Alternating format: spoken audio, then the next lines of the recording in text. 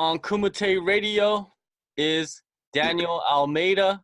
He'll be fighting at Diamondback FC 7 on November 10th versus Daniel Currie in the middleweight division in Adelaide. What's going on, Daniel? What's up, buddy?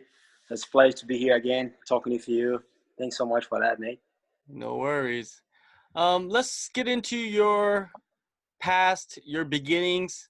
Your roots seem to be in BJJ. Where did you first get your start in that martial art? I believe I started training.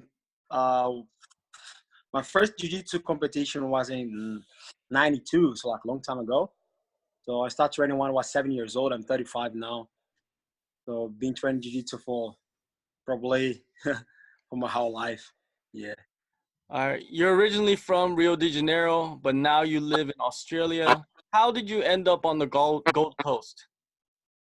So I'm from Rio, so I've been training at the Northern Hyon team for a long time. So since I started jiu-jitsu, and then I was training in Rio. After I was in America, and then I was in Rio training with Master André Pederneiras, and I was there, and then someone coming to me and say, Daniel, you speak a little bit English, would like to go for Australia. I said, man, why not? And then I just end up here. Actually, they brought me to work in Byron Bay. I still work in Byron Bay at the academy there, or like all the extreme. But I moved to Gold Coast here to have more trainings, and my wife really liked Gold Coast as well. So I'm driving a lot to be working in Byron. But yeah, that's what happened, you know. So you and Rodolfo Marquez, you guys are both from the same team in Brazil, and did you guys go to Australia together? Yeah, it's kind of like the gym calling Extreme in Melbourne. They brought Marcelino Freitas, which is like one of the best black belts in Australia. And then they brought Valber Barros Tete. He's actually living in America now.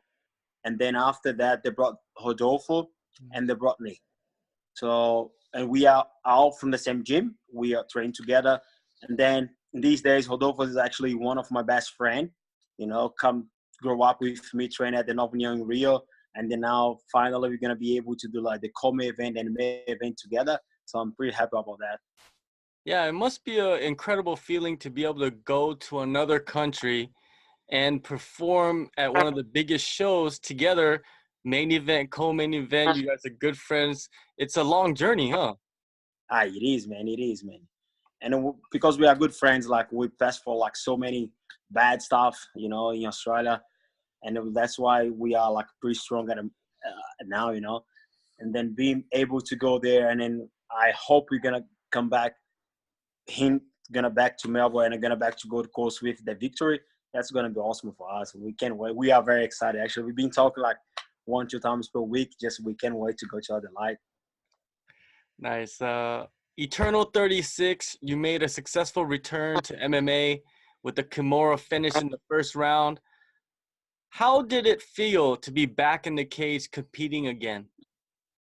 I think the main thing, like I said to you in the last time when we was talking about the aftershock, my career on the MMA, like, let me just tell you something. When I probably was a brown belt, that's when the MMA coming to me.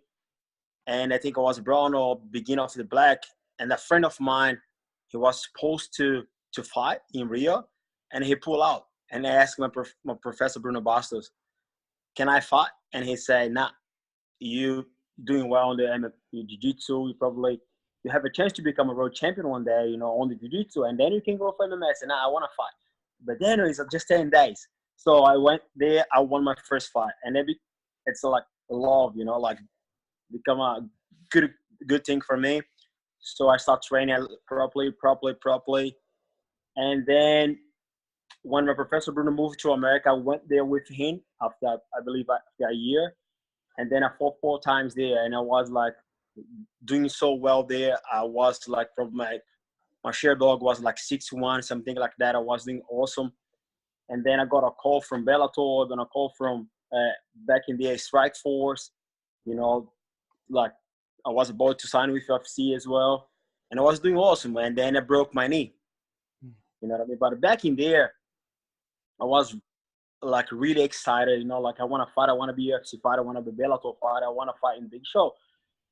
I think the difference of these days, like that for the thing what you asked me, is the Eternal was coming back with no pressure. That's what I felt like. I was smiling when I was walking to the cage. When I was inside the cage, I was smiling. I was happy to be there. You know, back in like let's say 8 years ago, I was happy to be in the cage, but with a lot of pressure to make sure I'm gonna make some good money, sign with someone really good to make money for my family. In these days, I still fight for my family, but it's a little bit different. You know what I mean? Like I just want to jump in on the cage to have fun. So I think the difference and the happiness of the Eternal was that, you know, was good coming back. That's what I believe. The last fight was at catchweight. How was the weight cut since it has been so long since you've been in the cage? Yeah, I was for probably a year. I was like 115 kilos, like one, you know, like I was pretty heavy. And then when I decided back to MMA, I cut for 90.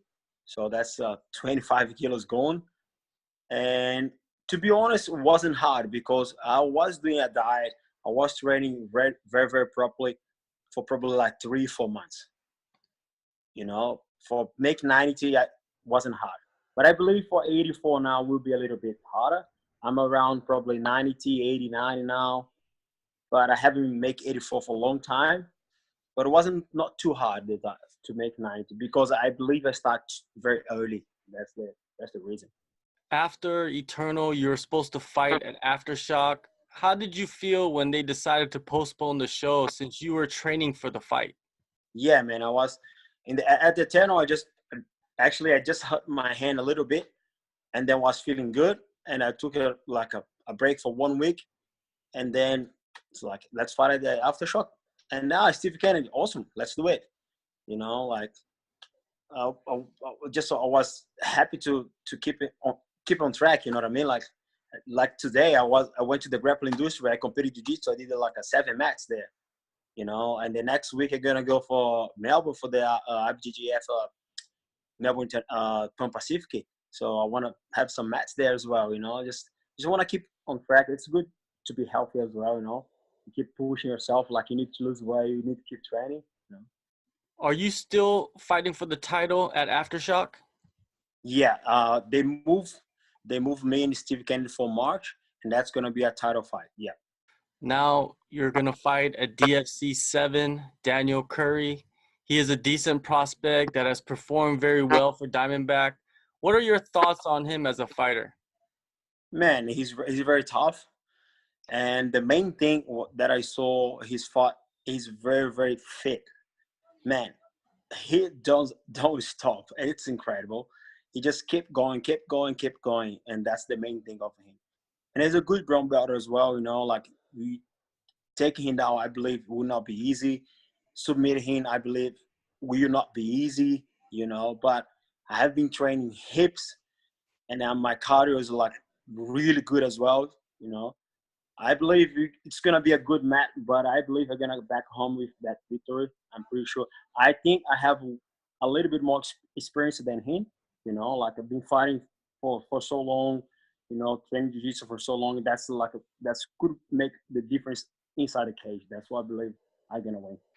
What aspect of your game do you have extreme confidence in other than your ground game? Uh, I think I will be honest with you.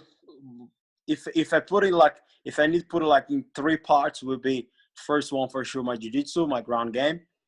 My second one, I believe, I have been improving hips today at the comp there. I did so many good stuff about the wrestling. And then let's say the third part is my striking. My strike's not bad. I really want to show my strike one day. I want to show to everyone I can do it. I can knock someone out. But my wrestling, I'm pretty like excited about my wrestling. Been training Paul Storla from Arena. Yeah, he in Brisbane, man. He's like Russian black belt. We fought against each other in few jiu-jitsu competitions. We are good friends with each other, and I always want him going there training wrestling. He would train like for 3 hours, man. And then I love wrestling. So I think my wrestling is actually my second point. I can take someone down, like not easy, but I can take people down. Yeah. How do you see this fight playing out on November 10th? Man, I believe I've been watching him, Daniel. He has really good like overhand. You know, I believe he's gonna try hit me with the overhand. That's what he tried to do. I need to make sure my hand's gonna be up. And I don't know, like I believe if I engage on him, I'll be able to take him down. And between brown and black belts, heaps of difference. You know, I'm a black belt, only black belt for probably almost like 13 years. You know, so I believe I will be very successful if I take him down. But if I don't take him down as well, my hand's getting sharp with Coach Jared from the academy. Been training a lot with him, doing hips of pads at Brenton Manfa. You know, I believe I or gonna knock him out or gonna submit him. What are you expecting after getting the win over Curry? Maybe are you thinking about a middleweight title shot next? Yeah, that actually I was kind of like I sit and I was like, man, I can fight for the eternal title belt against like easy, but easy is really easy. Just the name is easy, but he's really tough. The guy, he's from Sydney.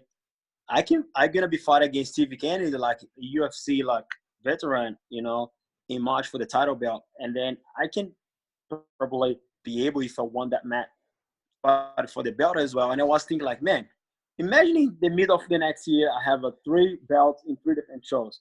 That's a dream, but we never know if that's gonna happen, you know. But that's actually now my goal. I don't know, but that's my goal, you know. I believe the guy from Diamond, they treat me so well. They are so nice with me. And I believe if I won, I'm going to talk with the guys if they are able to give me the title, like opportunity to fight for the title, probably after the middle of the year. That's the idea. Yeah, the middleweight champion, you versus him would be an interesting matchup because he is also really good on the ground too. I And know. he has decent striking. And So I don't. you've been thinking about it. Yeah, man, and I don't know how he make 84 kilos because he's so big. He's a monster, man. Diamondback FC 7, November 10th. You'll be facing Daniel Currie in Adelaide. Thanks for your time, man. Thanks so much for that, man. I really appreciate that. Just want to say thanks for you again. You know, like doing the interview with me and help me, you know, to share a little bit about me around the road. And then just would like say thankful of my sponsor, everyone who would be helping, you know, my team, everyone. I hope I'm going to Adelaide and I'm going to come back with the victory. And in next year, maybe we're going to be doing interviews with 3 belts around. We never know.